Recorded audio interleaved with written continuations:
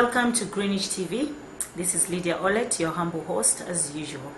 Thank you very much. Actually, today I'm with Forward, FGM charity organization, and I'll just let them introduce themselves and the work they're doing for the community and for charity, which is very, very deep issues here we're talking about today. So, can you just introduce yourself, please? My name is Nana Otuoyote. I'm the Executive Director for Forward. I have been working in this organization for the last 8 years. Prior to that, I was also a volunteer working as a board member, but also supporting in different ways as a volunteer. Primarily, I came into this area of female genital mutilation because I attended a conference in Brighton in 2000 and realized that the issues were so deep, and I just asked myself, if I was in that position, I would really need somebody to be an advocate for me and support me. So it really made me to think more and to investigate more. And incidentally, shortly after that, I was contacted by the founder of Forward, who asked me to come on board and really support the organization. So that is how I came into the organization to do work on Forward. My name is Solomon Zolde. I joined Forward as a volunteer back in 2012. I'm a project researcher now. I started as a volunteer, and I started working on FGM because I thought to stop FGM men need to work with women, because the decision to cut girls and women is made as a family, not individually. So I thought men should be involved. My name is Rasha Farah, and I am the Schools Programme Officer at Forward. I've officially been at Forward for about 2 years, but I used to volunteer as one of the youth advocates before that.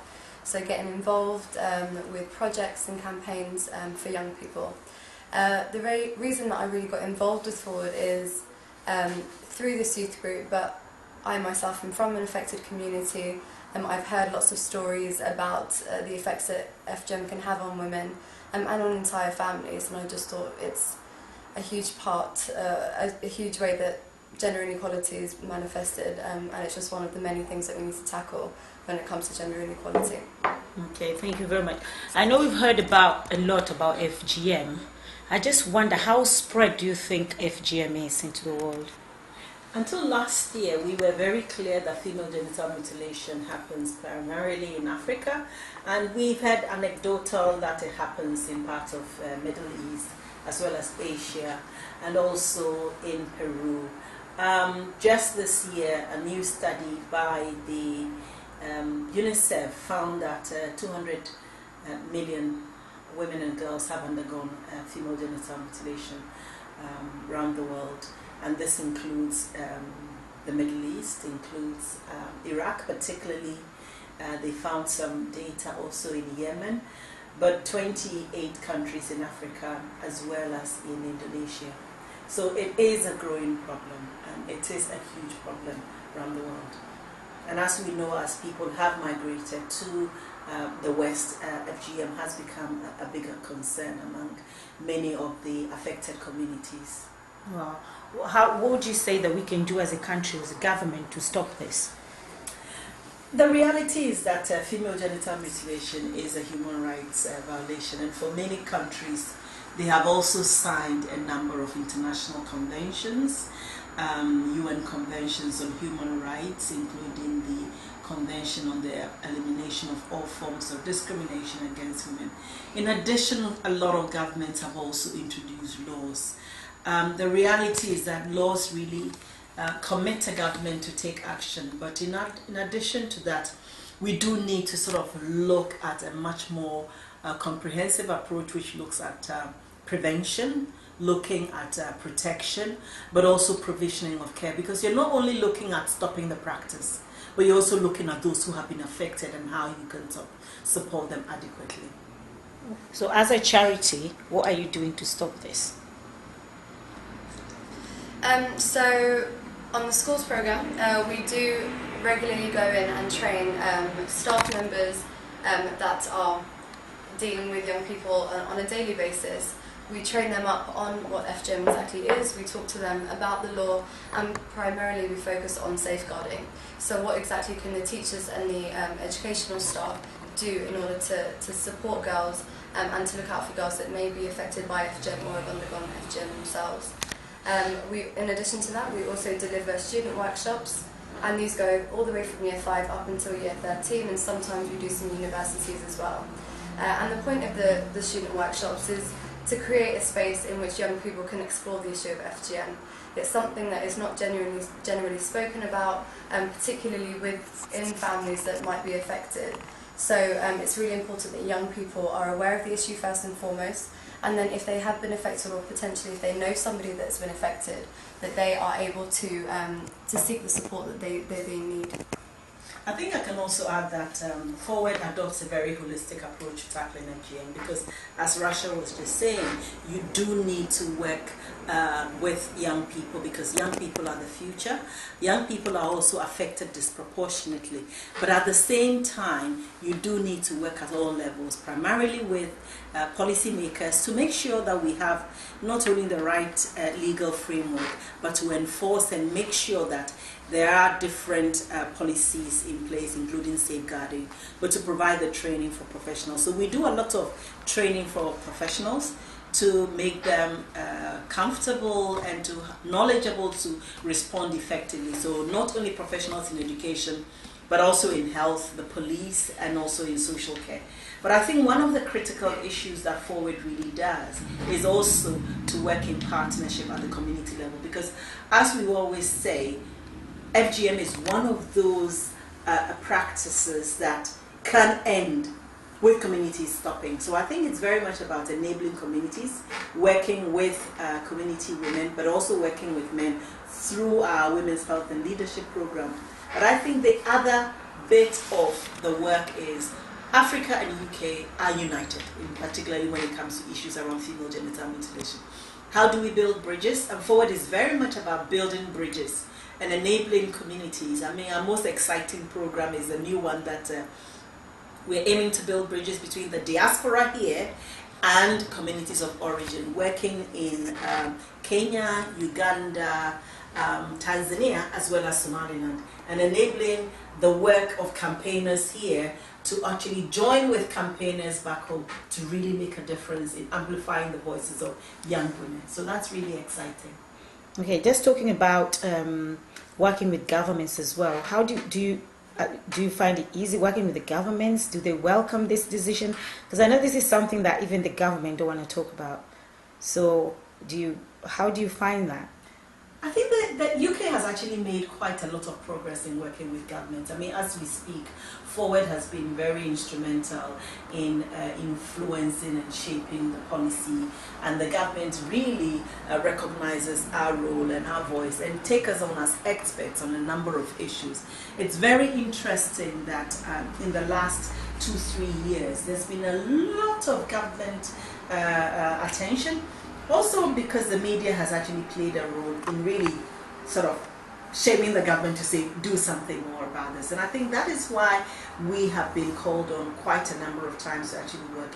In 2014, the Prime Minister organized a summit for girls on girls' rights, which focused on FGM as well as forced and early marriage. And I think that was one of the turning points in which the government really felt that we also need to do something. If we're telling others not to address these issues, we actually need to be more proactive.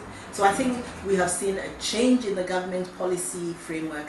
Unfortunately, what we haven't really seen much is adequate funding of communities, because there's a lot that's going on in funding the Department of Education, in working with schools, but what's really missing is strategic engagement and funding for community-based work. But I think we're seeing more local authorities also really getting engaged in work on FGM. And I think if you look back 5 years ago, that wasn't the case. We've really seen a huge shift. And this is the right step in terms of moving forward. Okay. Have you personally, either of you, have you ever met anybody who have gone through this, or have you gone through this yourselves or relative?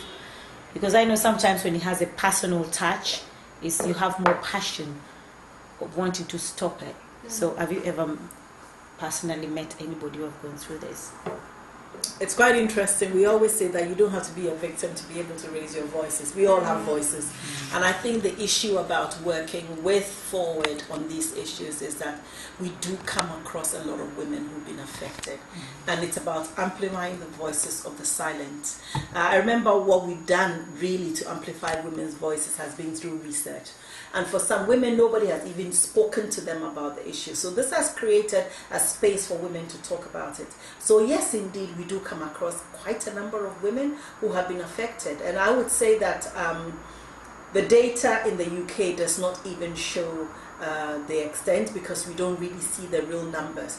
But when you go to so many communities, we're talking about working in Bristol, we work in Manchester, we work in Birmingham, and London, we come across quite a number of women who have been affected. I mean, quite a number of our community health advocates will tell you that they've all been through FGM.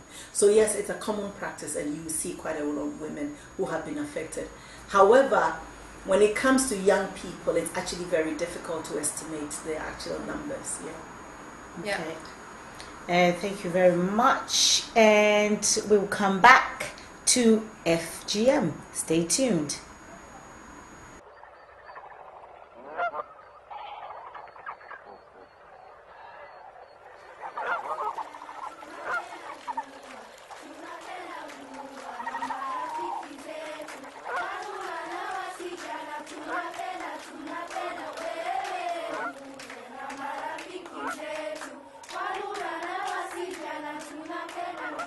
Lovely singing, boys and girls. Now, settle down. I want to tell you a story. This story is about a young girl called Gatti who lived in a small village with her mother, father, and 2 brothers. One day, people started saying that it's time for the young girls in the village to be circumcised. Gatti had heard about girls' circumcision in her girls' club. She was told that parts of a girl's private parts are cut off, stretched, and sometimes even stitched. She heard that it was so painful and that some girls even die from it. She was so scared to be circumcised that she decided to run away to stay with her aunt, who lived in another village. At dawn, Gatti sneaked out of her house and started her journey. She took one last look at her village and ran. Gatti ran and ran. She was so tired and she was so hungry. Suddenly, she heard a noise behind her. A hand grabbed her. Gatti screamed, "Hey!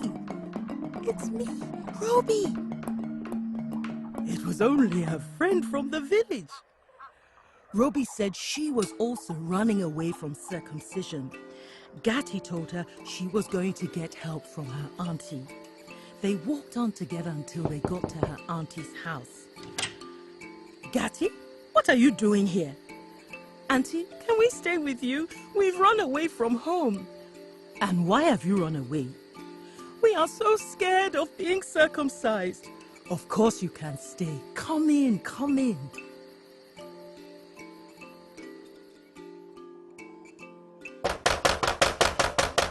In the morning, 2 men arrived at Auntie's house. They were Gatti's father and Roby's brother. "Have you seen Gatti and Roby?" "Here they are, safe and well," Auntie said. "We are so angry that the girls ran away."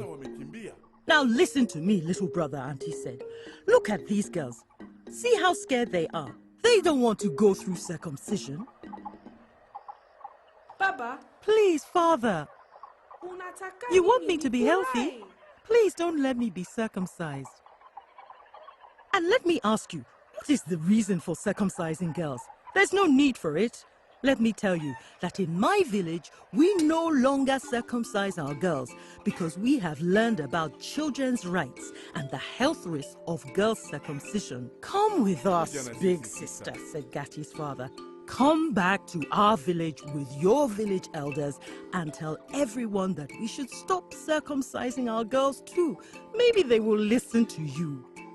Oh, how happy the mothers were to see their daughters safe and well. Now, that's not the end of the story, boys and girls. That brave auntie, with her village elders, spoke to the people in Gatti and Roby's little village. They told them how things have changed in their own village, and now girls don't have to suffer anymore. So no more circumcision of girls in our village. Is this a true story, Grandmother? Let me introduce you to Gatti and Roby. Today, Gatti is a teacher and Roby is studying at university. Together, they now travel this country, telling their story of how circumcision of girls in their village was stopped forever.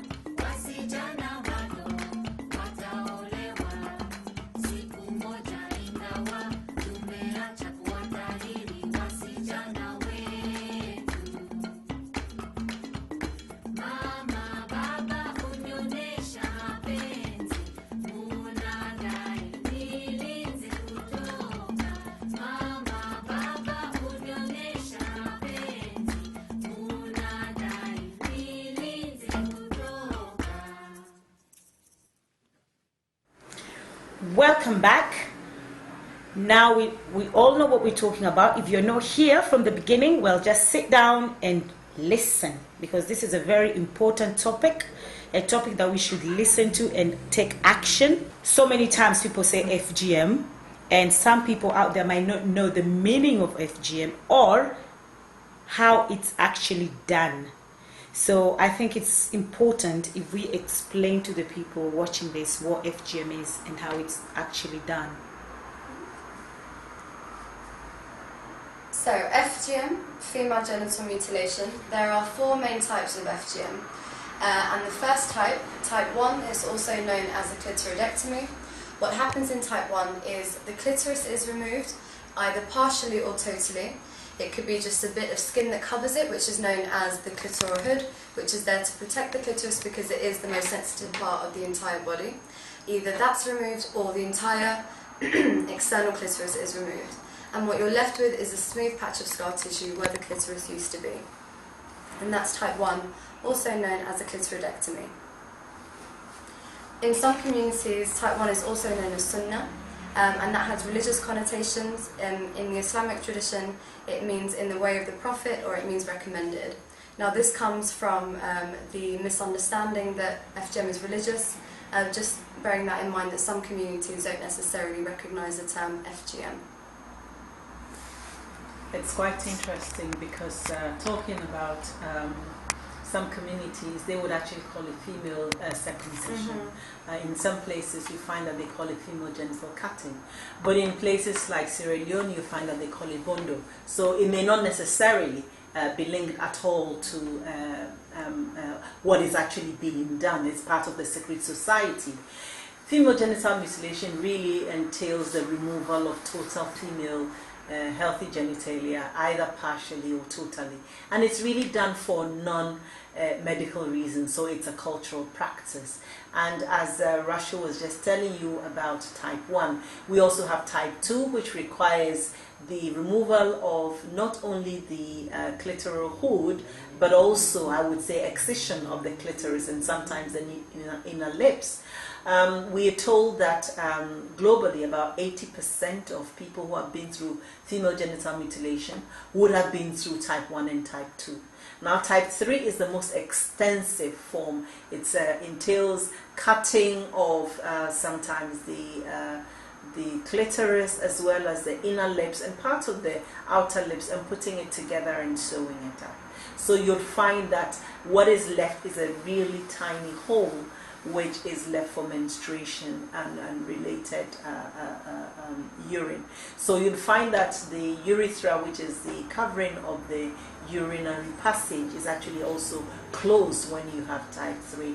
And type 3 would say that sometimes it becomes as smooth as the back of your hands. So that is the most invasive and it's the most extensive.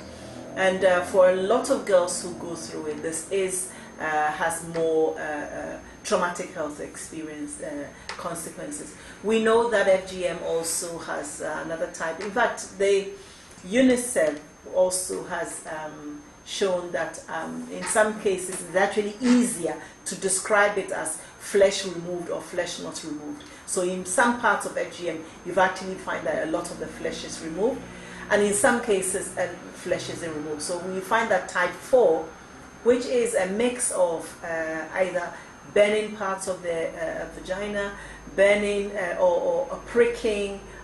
We used to have some too that's actually called also the pulling of the labia, the lips of the vagina, to elongate it in order to supposedly cause sensation to men. But for a number of women, they will tell you that that really is very challenging when you're actually going through it. So female genital mutilation is not an easy practice. It entails a number of practices, and even though there are clear-cut types, for a lot of communities, they don't even know the type that they've been through. So you'll ask a woman what type she's been through, and she's clearly not sure what type she's been through. So we need to recognize that some may not even know that they've been through FGM. So those are the kinds of things that we really need to acknowledge when we are tackling female genital mutilation. And just to add a couple things to that as well, when it comes to the different types, often people refer to them in terms of severity. Now, what Nana was talking about was evasiveness or extensive. We try to stay away from the term severe because there's a danger that you might trivialize what somebody has gone through. If you talk about something like type 3, where a lot is changed or altered, or maybe the most extensive change has occurred, there's a danger of trivializing something like type 1, where people say just the clitoris has been removed. And the problem with that is, A, you never know the health impacts that it can have on a woman, on her body and the way that it functions, but as well the psychological impact. There might be some women that have gone through something like type 3 that say, you know what, I have not suffered at all and I don't know what the fuss is about. But a woman who's gone through type 1 or type 2 or type 4, it's mentally affected her, psychologically damaged her, and that affects her throughout her entire life. So being mindful of the kind of terminology we use around the different types. Just to add a few points. I've explained what FGM is, very well defined. They told you what is cut and how it is done. But I would like to say also on who, when and where. Especially who does the cutting is part of the procedure, how it is done. So women, older women usually do, that's what we learned from our research. But men also do it. For the community I come from, I'm from Ethiopia, men do it, for example. So it's not only just old women who do the cutting.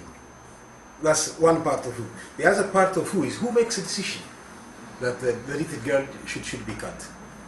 Usually mothers and grandmothers are involved, but in most of the cases it's just a family issue, sometimes a community issue. So it's not a decision made by one person as such. So the mothers and the grandmothers are obvious people involved, but the extended family is also involved in terms of who. And in terms of when, there's also interesting information coming out from our research.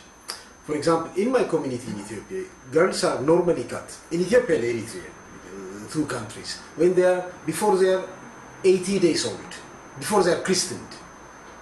So in our Orthodox Christian culture, girls are christened 80 days after they are born. So before their christening day, they should be cut. So most little girls are cut 80 days before their 80th birthday. If you go to Sierra Leone, it's when they are much older. If you go to Somalia, when they are 5 or 6. So that depends on culture and context. And also where is it done? Home, in a special ceremony, and also bushes sometimes. Yeah. I think these are part of the procedure. Yeah. One of the things I would also really stress is that we are increasingly seeing that FGM is now being medicalized.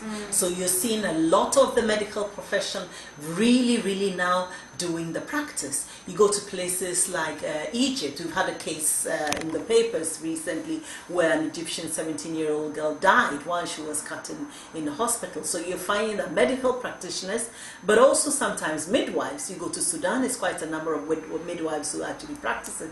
And you're seeing that people will tell you that the more educated you are, the more likely you'll actually have it done in health settings. So we're seeing that shift, even though the World Health Organization is very clear that no medical professional should do it. There should be no medicalization of female genital mutilation. Unfortunately, this message hasn't gone down. It's also because some of the medical professions, they actually earn an income. Just like the traditional cutters will earn an income. And some doctors will tell you that maybe it's better to have it done in hospitals because it's done in a much more sanitized way.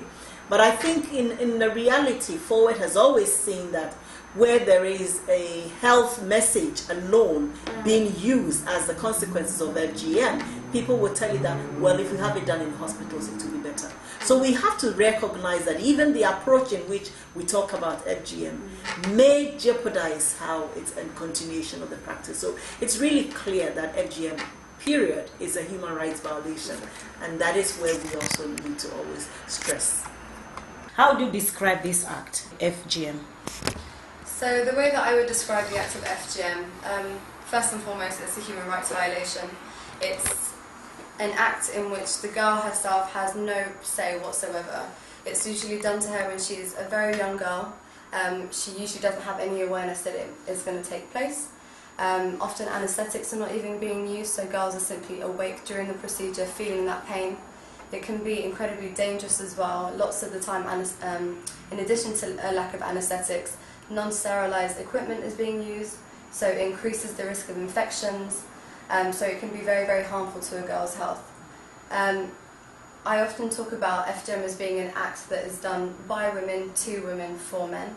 There are lots and lots of ways in which men are part of the process, whether or not they're aware of it, but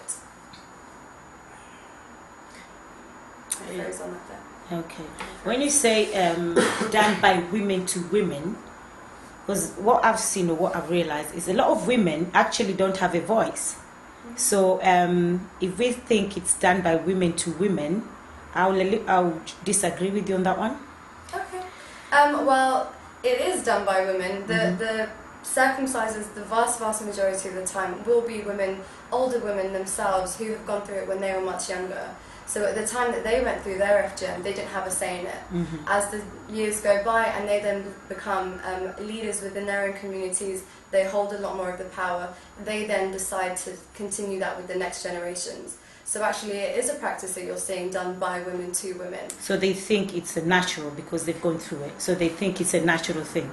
I think I'd like to say that the issue, you can't really say it's natural because it's a social norm. And for a lot of the women who really practice it, society gives them that kind of, I would say, power to do it. And when they do it, they're basically doing it for the good of the community, the good of the family. And you find that whose good is it? It's for the man. So when we talk about it being natural, it's not natural. It was man-made. And it was man-made because people want to do it as a matter of tradition. Some would actually even say it's religion. And some would actually say without going through it, you as a girl, you can never become a woman. So it really entrenches the communities to actually continue to perpetuate it. And I think for a lot of girls who go through it, and my colleague mentioned that sometimes it's actually done for girls. In some communities, it's actually done for older women.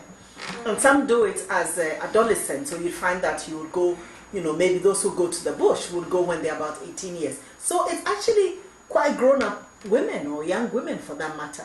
And I think for a lot of them, you won't go silently. And I think the whole pressure and trauma, and that's what people always tell you, the traumatic experience of being pinned down is the most grueling pain that they will never forget. So I think we also have to acknowledge that it comes with a lot of pain, it comes with a lot of trauma, and it also comes with a lot of mistrust because of the very people who love you, who are women, who are the decision makers, who are actually leading on this practice. Now the ones causing pain to you again.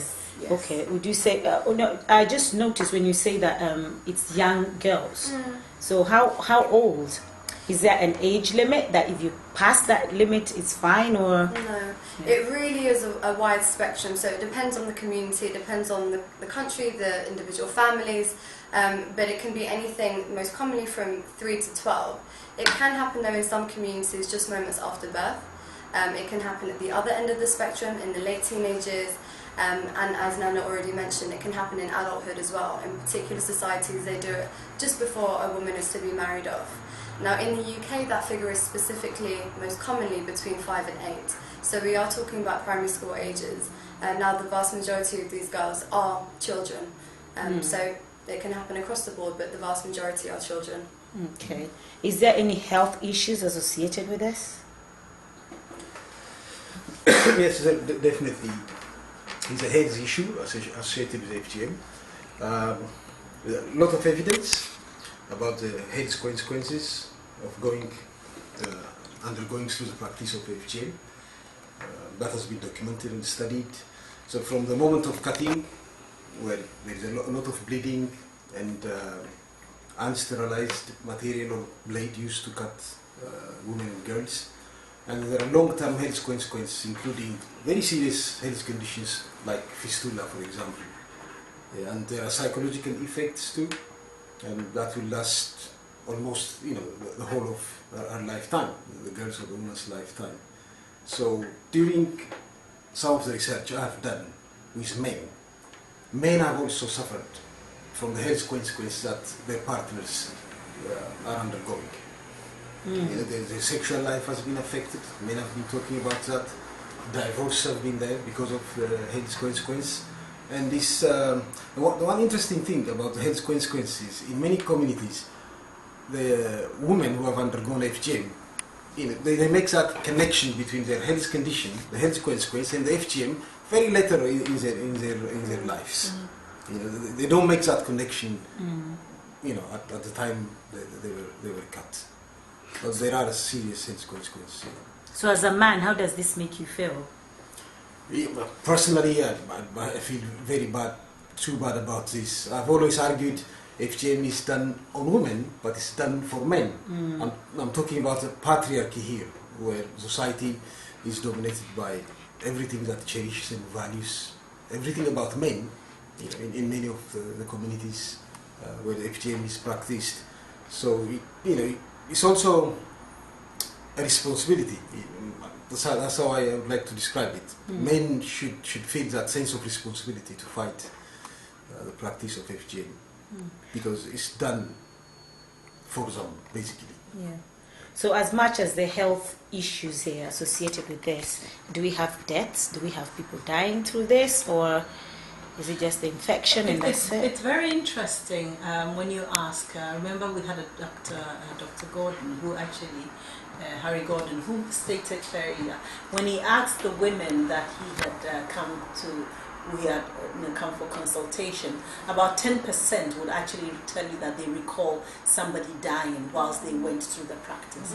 A lot of women who have actually made a turn in terms of becoming activists themselves would actually tell you that. I mean, I had a woman we spoke to and she said she had her niece who was going through FGM and she was so scared, and this young person was telling her that, oh, auntie, I'm scared. And she said, you'll be fine, you become a lady, go through it, have so many presents, etc. And then suddenly the girl died out of shock. And she said that was a turning point for her, because once she had deceived this little girl and she felt that she should have told her the full truth about what it really entails. So we do know that, you know, the mortality from FGM, the death rates are actually evident. In fact, in a place where we work in Tanzania, they said that even when you die, your parents are not supposed to mourn. You know, sometimes they will throw your body into the bush, and you're not allowed to be picked up and buried. So there is a lot of even heartache and trauma related to those who even die out of FGM. And as you know, in Africa, they will tell you that it was witchcraft. You know, it's never associated with all the whether it's the shock or the sepsis and all those that happen. And at the moment, people talk about the death that happened immediately. I don't think we actually know the stories about the death that happened after they've gone back home. And I think this is where we really realize that there is a huge issue with FGM. Yes, we do not know the true extent of the mortality associated with FGM. So as a charity, what differences have you made in the community as a charity working for FGM? Wow. Forward has been in existence for the last 30 years. And I think we were one of the first organizations to really campaign and to bring attention to this work of this human rights violation. It's quite interesting that the founder of Forward, he sadly died 2 years ago. But the issues around female genital mutilation, there were women who were coming into clinics in the UK and nobody was giving attention to them. Today we have so many health professionals who really understand how to treat women. You'll ask women about 10 years ago, and women will tell you that they experience horrific things in going to hospitals, and women will tell them that, you know, the health professionals will tell them, why did you do this to yourself? Now we are seeing that women are actually more, you know, happy to say that, you know, they asked me the right questions, they treated me very well, and they gave me the support I needed. So clearly there's been a shift, and a huge shift. Talking about Forward's work with men, this is something we've been doing piecemeal. In the last 2 years, we've really put a more emphasis on working with men. But I think Rasha has also mentioned, my colleague, about working with young people. We've seen a tremendous shift in working with young people, increasing the awareness, but also working with young people as advocates. And that is the beauty about working with these issues. And I think my colleagues can talk a little bit more about where we have made real progress as well. I think the work with men is, you know, one big area of work where Forward can, you know, pride itself really, especially in the last 3-4 years. Forward has created a group of men almost in every part of the UK, I could say. We have men from Edinburgh, Scotland, Oxford, Northampton, Manchester, you know, a cadre of men we trained and who go out into their communities and talk about FGM, trying to reach to other men in the practicing communities. So this is an ongoing work. We have trained 15 male peer educators just last year in 2015, who are now actively working, actively engaged in recruiting other men to join the fight against FGM. Okay. Yeah.